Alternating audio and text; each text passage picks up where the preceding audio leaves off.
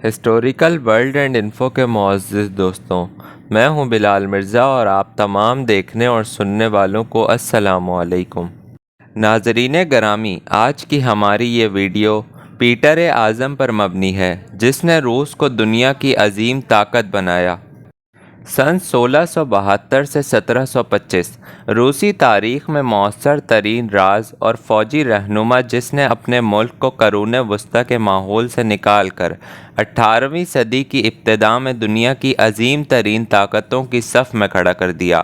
Peter نے مغربی تصورات اور روسی روایت کو باہم ملا کر اپنے ملک کو جدید بنایا اور ایک طاقتور بری اور بحری فوج بنائی۔ ماسکو میں زار الیکسس ارواس کی دوسری بیوی نتالیا کے گھر پیدا ہوا۔ زار کی موت کے بعد پیٹر کو حصول اقتدار کے لیے اپنے سوتیلے بہن بھائیوں سے الجھنا پڑا۔ متواتر کئی سیاسی و فوجی کارروائیوں کے بعد 1689 میں 17 سالہ پیٹر روس کا واحد حکمران بن گیا۔ وہ روس کو مغربیت کے رنگ میں رنگنے کی وجہ سے شہرت رکھتا ہے۔ ملٹری کی تاریخ اور نظریات میں گہری دلچسپی کا مالک ہونے کے باعث پیٹر نے اپنی 2 ذاتی محافظ گارڈز جیمنٹس کے ساتھ مختلف جنگی کھیلوں کے تجربات کیے تاکہ پڑھی ہوئی چیزوں کو عملی طور پر سمجھا جا سکے۔ جوان پیٹر نے محسوس کر لیا کہ صرف بری طاقت روسی فوجی طاقت کو منوانے کے لیے کافی نہیں، چنانچہ اس نے اپنی بحریہ میں بہتری لانا شروع کی۔ 1696 عیسوی میں 24 سالہ پیٹر نے ازوف کے مقام پر ترکوں کے خلاف جارحانہ وار کیا۔ اس فتح نے روس کو بحیرہ اسود تک رسائی فراہم کر دی۔ اس کامیابی کے باوجود پیٹر جانتا تھا کہ اس کی مسلح افواج اور نہ ہی بحیثیت مجموعی ملک دیگر یورپی طاقتوں کے ہم پلہ ہے۔ 1697 سے 1698 میں پیٹر نے ایک فرضی نام سے اور شاہانہ ساز و سامان کے بغیر یورپ بھر کا سفر کیا۔ روس واپس آتے وقت وہ اپنے ساتھ مغربی معلموں، کاروباری افراد اور فوجی اہلکاروں کو بھی لایا تاکہ انہیں مشیر بنا سکے۔ پیٹر کو اپنی جدت طرازی کا تجربہ شروع کرنے سے پہلے ایک اندرونی بغاوت سے نمٹنا پڑا۔ اس نے بغاوت کو کچلنے میں بہت سا خون بہایا۔ مخالفین کے ساتھ پیٹر کے سخت رویے نے اس کی جانب سے لائی ہوئی کسی بھی انقلابی تبدیلی کی مخالفت کا گلا گھونٹ دیا۔ پیٹر نے تقاضا کیا کہ تعلیم، تجارت اور صنعت میں مغربی تصورات اور طریقے اپنائے جائیں اور ایک اکیڈمی آف سائنسز بھی قائم کی جائے۔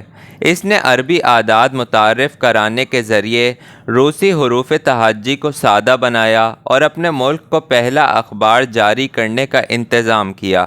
پیٹر روس کو مغربی خطوط پر ترقی دینے میں اس حد تک چلا گیا کہ اس نے تمام مردوں کو داڑھیاں مونڈنے اور درباریوں کو مغربی لباس پہننے کا حکم دیا۔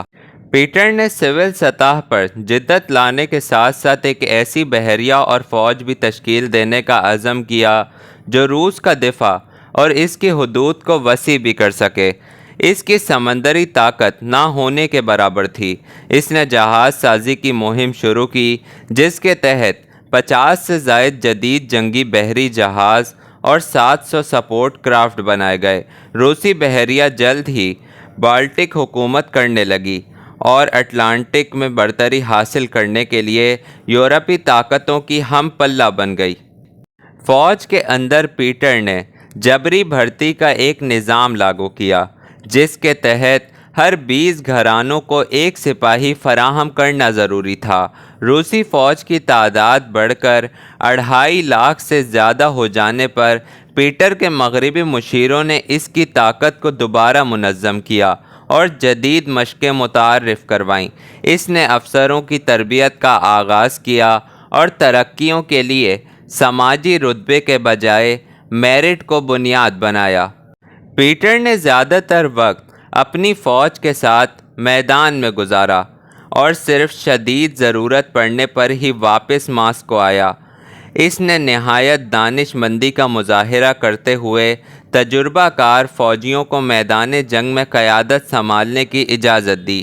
پیٹر نے 1700 میں سویڈن کے ساتھ جنگ کا اعلان کیا۔ جو 21 برس تک جاری رہی۔ اس کی نئی فوج نے ابتدا میں ناروا کے مقام پر شکست کھائی، مگر تجربے سے سبق سیکھ کر 1708 میں پولٹاوا کے مقام پر فیصلہ کن فتح حاصل کی۔ مزید زمینی فتوحات اور سویڈش بحریہ کی شکست کے بعد جنگ سست پڑ گئی۔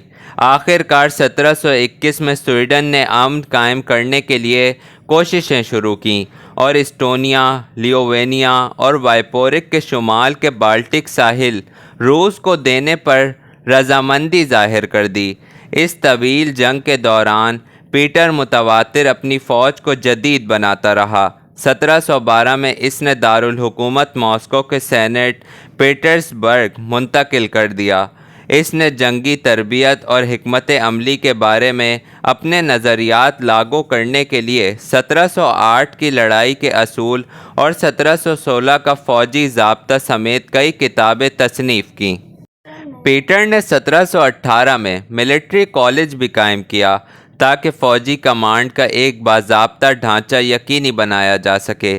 یہ جدید اقدامات اور دیگر تمام ترقیاں بلا شبہ بہت مہنگی تھیں اور پیٹر نے اپنے عوام پر بھاری ٹیکس لاگو کیے۔ بہت بغاوتیں ہوئیں، لیکن پیٹر نے نہایت سخت انداز میں انہیں کچلا اور مخالفین کو مارا۔ 1718 عیسوی میں اس نے اپنے ہی بیٹے کو سازش کے الزام میں گرفتار کیا اور تشدد کا نشانہ بنایا۔ وہ جیل میں ہی دم توڑ گیا۔ 1725 عیسوی میں پیٹر اپنے کئی ڈوبتے ہوئے سپاہیوں کو بچانے کے لیے برفیلے دریائے فنش میں کود پڑا۔ نتیجتاً اسے ہائپوتھرسیا ہو گیا اور وہ کبھی بھی صحت یاب نہ ہو سکا۔ وہ 53 برس کی عمر میں 8 فروری کو سینٹ پیٹرز برگ میں انتقال کر گیا۔ پیٹر سارے روس کو جدید خطوط پر گامزن کرنے میں کامیاب رہا اور عسکری میدان میں اس کی لائی ہوئی بہتریوں نے ملک کو ایک بڑی طاقت بنا دیا۔ پیٹر نے ایک ایسی فوج بنائی جس نے روس کو عالمی طاقت بنا دیا۔ پیٹر کا قائم کردہ روس آئندہ 2 صدیوں تک ایک یورپی طاقت کے طور پر قائم رہا۔ ناظرین، اگر آپ کو میری ویڈیو پسند آئی ہے تو میرے چینل کو سبسکرائب کریں، میری ویڈیو کو لائک کریں اور اسے کسی نہ کسی کے ساتھ ضرور شیئر کریں۔